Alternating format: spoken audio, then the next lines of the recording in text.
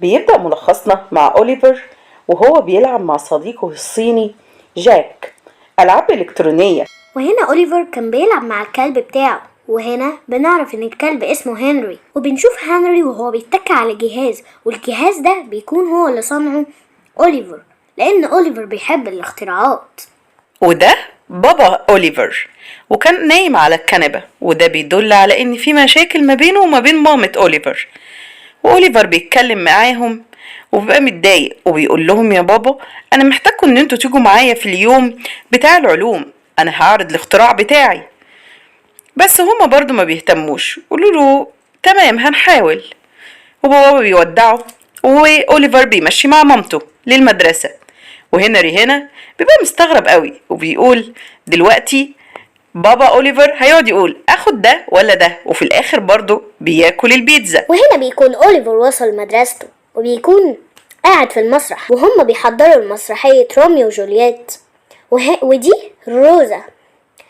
وكان أوليفر بيحبها بس مش راضي يعترف ان هو بيحبها، فبيجي صاحبه توماس بيقول له انت لازم تبقى شجاع وتعترف لها انك بتحبها. ومن كتر الحماسة كل الأطفال بيسمعوهم وهم بيتكلموا، والمدرسة بتيجي تقول لهم كله يوطي صوته، أنا مش عايزة أسمع صوت من فضلكم. دلوقتي كانوا بيتدربوا على المسرحية. ودلوقتي بنشوف اختراعات كتير لكل الأطفال اللي موجودين في المدرسة، كل واحد داخل بحاجة معينة من اللي هو اخترعها، ومنهم أوليفر لأنه كان دماغه شغالة، وكان بيقول لصاحبه، صاحبه ده ما كانش بيحبه خالص، وكان بيقول له إن الاختراع بتاعي أقدر أسمع بيه أي حاجة. قال له لأ أنا هكسبك برضه.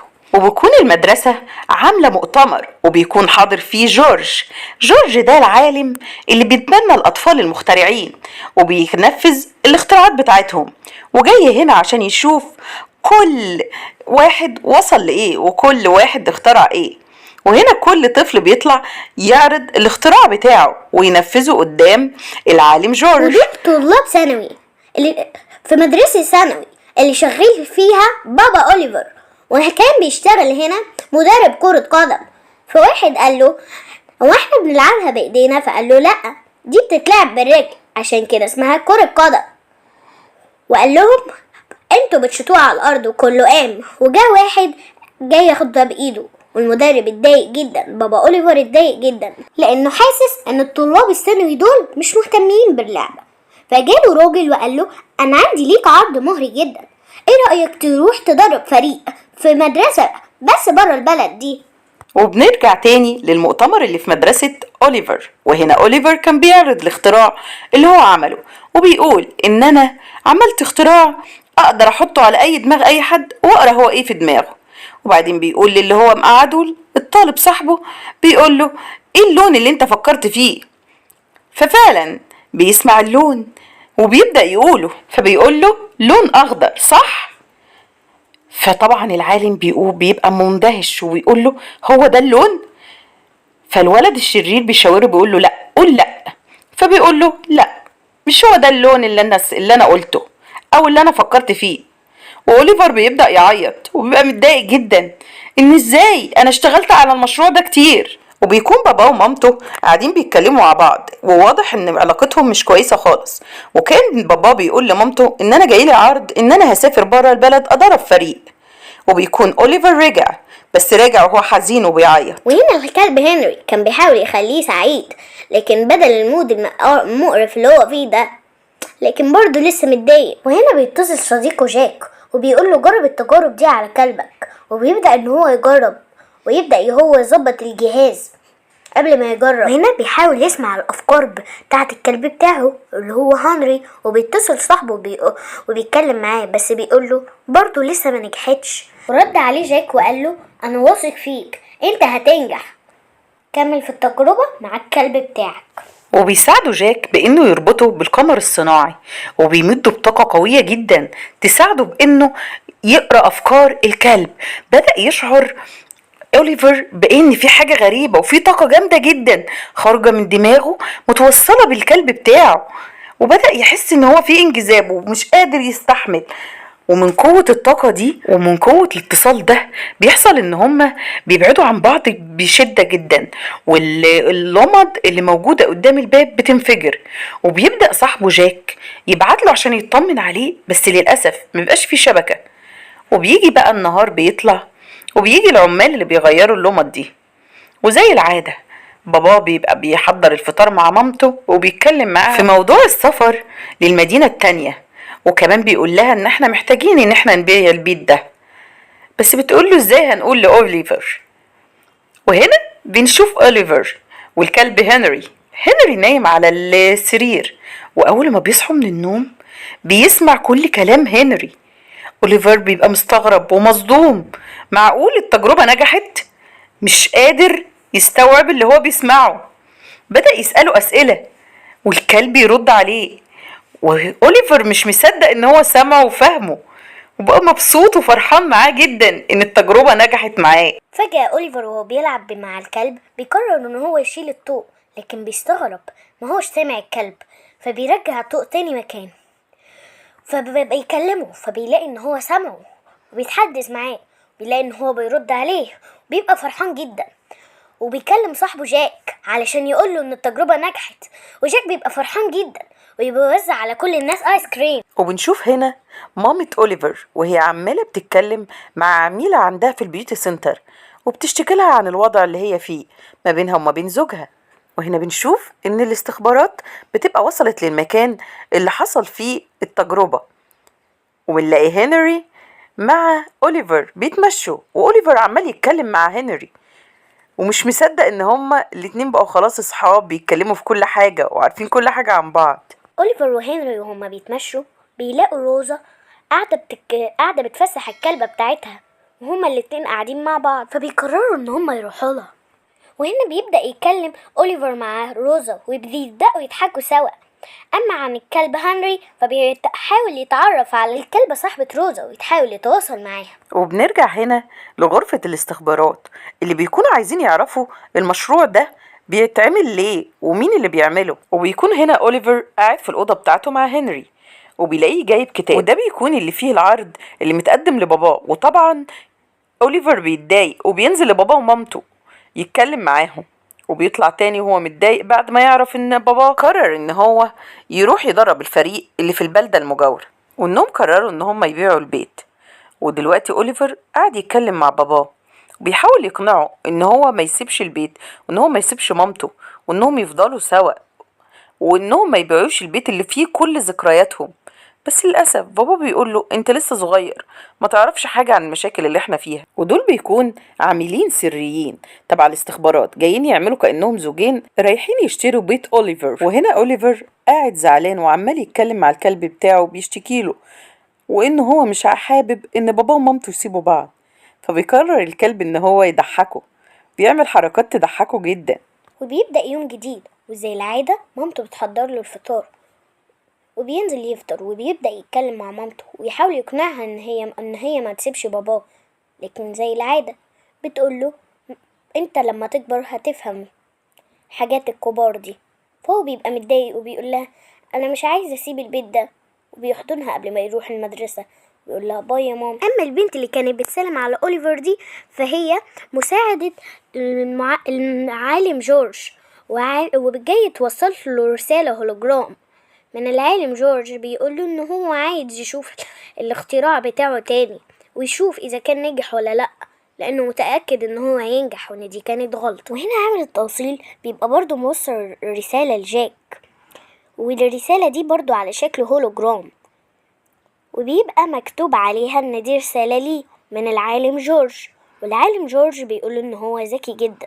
وهنا بيكون أوليفر شاف الرسالة وبيبقى فرحان جدا، وبيشغل أوليفر فرح بابا ومامته، وبيلاحظ ان هما كانوا هنا سعد، وكان في أغنية ما بينهم مشتركة، وبيتمنى ان هما يرجعوا لبعض. وبيكون العالم جورج وصل الصين، وكمان قابل جاك صاحب أوليفر وبيتكلم معاه عن المشروع اللي جاك وأوليفر شغالين عليه واللي هم ساعدوا بعض فيه. وبنرجع لأوليفر وهنري وهم قاعدين يتكلموا مع بعض وبيفكروا ازاي يخلي بابا أوليفر ومامته يرجعوا لبعض.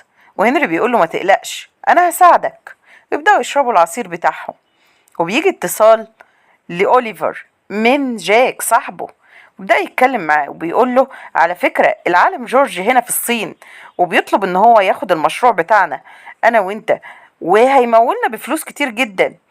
وبيبقى أوليفر مش مصدق نفسه ومستغرب قوي. ونرجع تاني لبابا أوليفر ومامته، وإن في ناس بييجوا يتفرجوا على البيت، بس هنري بيتقرر إن هو يساعد أوليفر، يبدأ يعمل روايح مش كويسة، فبتبدأ الناس اللي جاية تتفرج على البيت تتضايق منه. وهنا بيكون أوليفر بيعمل مشهد روميو وجولييت، لكن بيقول بدل جولييت روزا.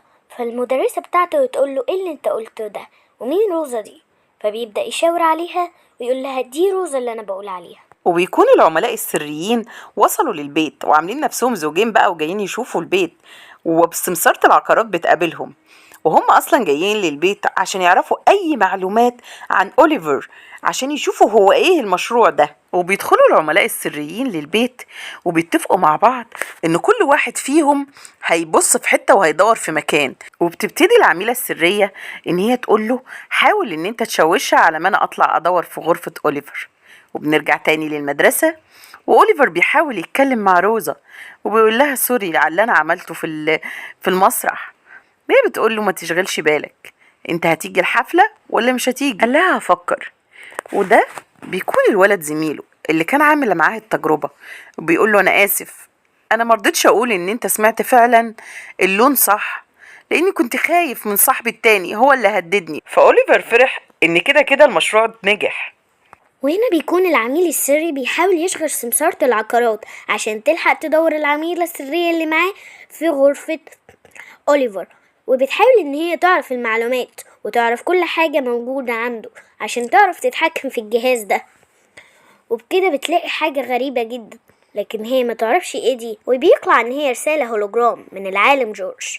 وهنا عالم جورج كان بيصور، لكن بيجيله صاحب الصين، صاحب أوليفر الصيني، بيجي يتكلم معاه. وبنكتشف ان المساعدة بتاعة العالم جورج بتراقب أوليفر عن طريق ان هي حاطاله زي كاميرا متابعاه في قلب المكان بتاعه، في قلب اوضته، وبتشوف كل حاجة، وبتشوف أوليفر وهو بيتكلم الكلب بتاعه. ومساعدة العالم جورج بتكلمه عشان تبلغه بكل المستجدات، وهو هنا بيستغرب جدا. معقول يعني أوليفر كده نجح في المشروع بتاعه؟ يعني كل الكلام ده صح وحقيقي؟